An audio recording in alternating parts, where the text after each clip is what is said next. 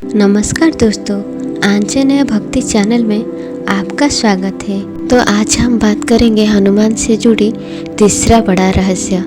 हनुमान जी इस कलयुग के अंत तक अपने शरीर में ही रहेंगे। वे आज भी धरती पर विचरण करते हैं। हनुमान जी को धर्म की रक्षा के लिए अमरता का वरदान मिला था। इस वरदान के कारण आज भी हनुमान जी जीवित हैं और वे भगवान के भक्तों तथा धर्म की रक्षा में लगे हुए हैं। जब कल के रूप में भगवान विष्णु अवतार लेंगे, तब हनुमान, परशुराम, अश्वत्थामा, कृपाचार्य, विश्वामित्र, विभीषण और राजा बलि सार्वजनिक रूप से प्रकट हो जाएंगे। कलयुग में श्री राम का नाम लेने वाले और हनुमान जी की भक्ति करने वाले ही सुरक्षित रह सकते हैं।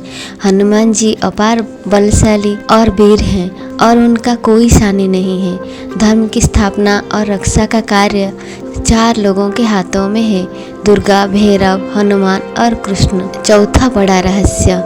लंका विजय पर अयोध्या लौटने पर जब श्री राम उन्हें युद्ध में सहायता देने वाले विभीषण, सुग्रीव, अंगद आदि को कृतज्ञता स्वरूप उपहार देते हैं, तो हनुमान जी श्री राम से याचना करते हैं कि यावत राम कथा वीर चरिष्णति महितले तावत् शरीरे बस्त्यन्तु प्राणमनन संशयः। अर्थात हे वीर श्री राम, इस पृथ्वी पर जब तक राम कथा प्रचलित रहे तब तक निसंदेह मेरे प्राण इस शरीर में बसे रहे। इस पर श्री राम उन्हें आशीर्वाद देते हैं। एवं तत् कपिश्रेष्ठ भविता नात्र चरिष्यति कथा यावदेषा लोके च मामिका तावत्ते भविता कीर्तिः। शरीरे व्यवस्था लोका ही यावस्था शांति तावत स्थास्यन्ति में कथा। अर्थात हे कपिश्रेष्ठ, ऐसा ही होगा, इसमें संदेह नहीं है। संसार में मेरी कथा जब तक प्रचलित रहेगी तब तक तुम्हारी कीर्ति अमिट रहेगी और तुम्हारे शरीर में प्राण भी रहेंगे। जब तक ये लोक बने रहेंगे तब तक मेरी कथाएं भी स्थिर रहेंगी। 4 युग परताप तुम्हारा है, प्रसिद्ध जगत उजियारा। त्रेता युग में तो पवन पुत्र हनुमान ने केसरी नंदन के रूप में जन्म लिया और वे राम के भक्त बनकर उनके साथ छाया की तरह रहे। वाल्मीकि रामायण में हनुमान जी के संपूर्ण चरित्र का उल्लेख मिलता है। द्वापर युग में हनुमान जी भीम की परीक्षा लेते हैं। इसका बड़ा ही सुंदर प्रसंग है। महाभारत में प्रसंग है कि भीम उनकी पूंछ को मार्ग से हटाने के लिए कहते हैं, तो हनुमान जी कहते हैं कि तुम ही हटा लो, लेकिन भीम अपनी पूरी ताकत लगाकर भी उनकी पूंछ नहीं हटा पाते हैं। इस तरह एक बार हनुमान जी के माध्यम से श्री कृष्ण अपनी पत्नी सत्यभामा, सुदर्शन चक्र और गरुड़ की शक्ति के अभिमान का मान मर्दन करते हैं। हनुमान की मदद से श्री कृष्ण ने तोड़ा इनका अभिमान। कलयुग में हनुमान, यदि मनुष्य पूर्ण श्रद्धा और विश्वास से हनुमान जी का आश्रय ग्रहण कर ले, तो फिर तुलसीदास जी की भांति उसे भी हनुमान और राम दर्शन होने में देर नहीं लगेगी। कलयुग में हनुमान जी ने अपने भक्तों को उनके होने का आभास कराया है। ये वचन हनुमान जी ने ही तुलसीदास जी से कहे थे। चित्रकूट के घाट पे भई संतन के भीर, तुलसीदास चंदन घिसे तिलक देते रघुवीर। 5वां रहस्य। कहाँ रहते हैं हनुमान जी? हनुमान जी कलयुग में गंधमार्दन पर्वत पर निवास करते हैं, ऐसा श्रीमद् भागवत में वर्णन आता है। उल्लेखनीय है कि अपने अज्ञातवास के समय हिमवंत पार करके पांडव गंधमार्दन के पास पहुँचे थे। एक बार भीम सहस्रदल कमल लेने गंधमार्दन पर्वत के वन में पहुँच गए थे, जहाँ उन्होंने हनुमान जी को लेटे देखा और फिर हनुमान ने भीम का घमंड चूर कर दिया था। अर्थात यत्र यत्र रघुनाथ कीर्तन तत्र कृत मस्तकांजलि बाष्पवारि परिपूर्ण लोचनम मारुतिम नमत राक्षसांतक। अर्थात कलयुग में जहाँ जहाँ भगवान श्री राम की कथा कीर्तन इत्यादि होते हैं वहाँ हनुमान जी गुप्त रूप से विराजमान रहते हैं। सीता जी के वचनों के अनुसार अजर अमर गुण निधि सुत होऊ करहु बहुत रघुनायक छो। गंधमार्दन पर्वत क्षेत्र और वन। गंधमार्दन पर्वत का उल्लेख कई पौराणिक हिंदू धर्म ग्रंथों में हुआ है। महाभारत की पुरा कथाओं में गंधमार्दन पर्वत का वर्णन प्रमुखता से आता है।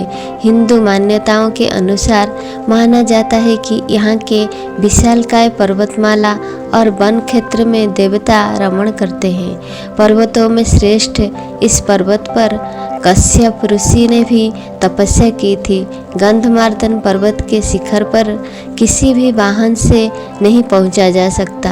गंधमार्दन में ऋषि, सिद्ध, चारण, विद्याधर, देवता, गंधर्व, अप्सराएं और किन्नर निवास करते हैं।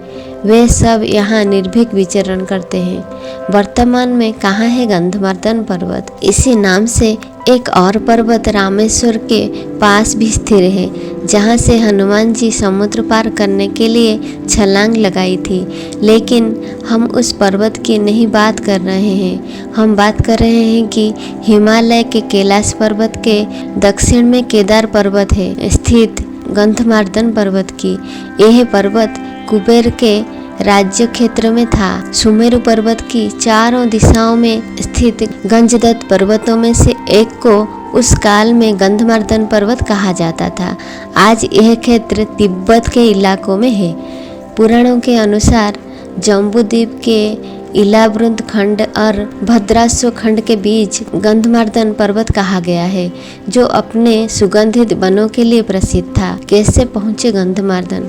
पुराणों के अनुसार जम्बूद्वीप के इलावृत खंड और भद्राश्व खंड के बीच में गंधमार्दन पर्वत कहा गया है, जो अपने सुगंधित वनों के लिए प्रसिद्ध था। इस क्षेत्र में 2 रास्तों से जाया जा सकता है।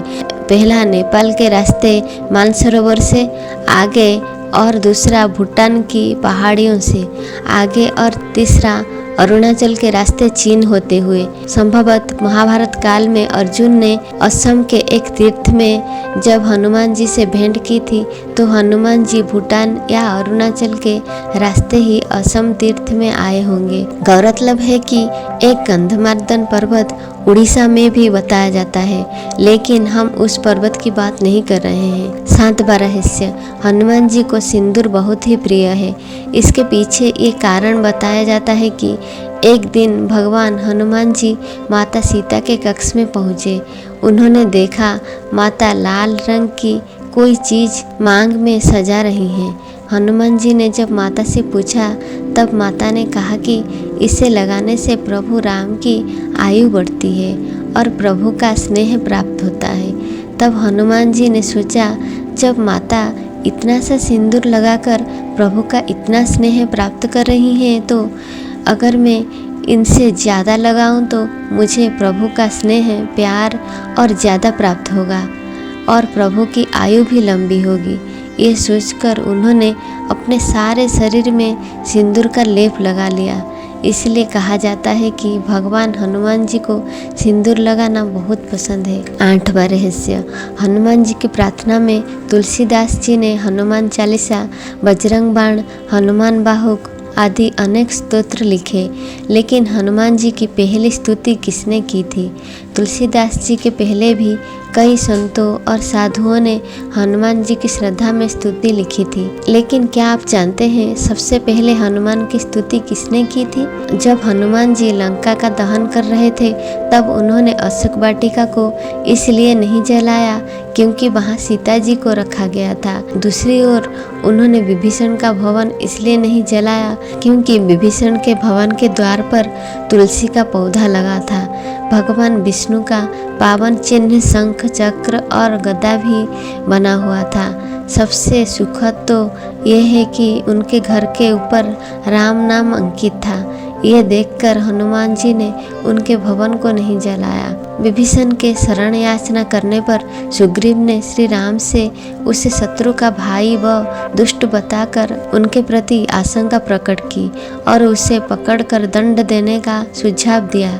हनुमान जी ने उन्हें दुष्ट की बजाय शिष्ट बताकर शरणागति देने की वकालत की। इस पर श्री राम जी ने विभीषण को शरणागति न देने के सुग्रीव के प्रस्ताव को अनुचित बताया और हनुमान जी से कहा कि आपका विभीषण को शरण देना तो ठीक है, किंतु उसे शिष्ट समझना ठीक नहीं है। इस पर श्री हनुमान जी ने कहा कि तुम लोग विभीषण को ही देखकर अपना विचार प्रकट कर रहे हो, मेरी ओर से भी तो देखो मैं क्यों और क्या चाहता हूँ। फिर कुछ देर हनुमान जी ने रुककर कहा, जो एक बार विनीत भाव से मेरी शरण की याचना करता है और कहता है मैं तेरा हूँ, उसमें अभय दान प्रदान कर देता हूँ। ये मेरा व्रत है, इसीलिए विभीषण को अवश्य शरण दी जानी चाहिए। ये मेरा व्रत है, इसीलिए विभीषण को अवश्य शरण दी जानी चाहिए।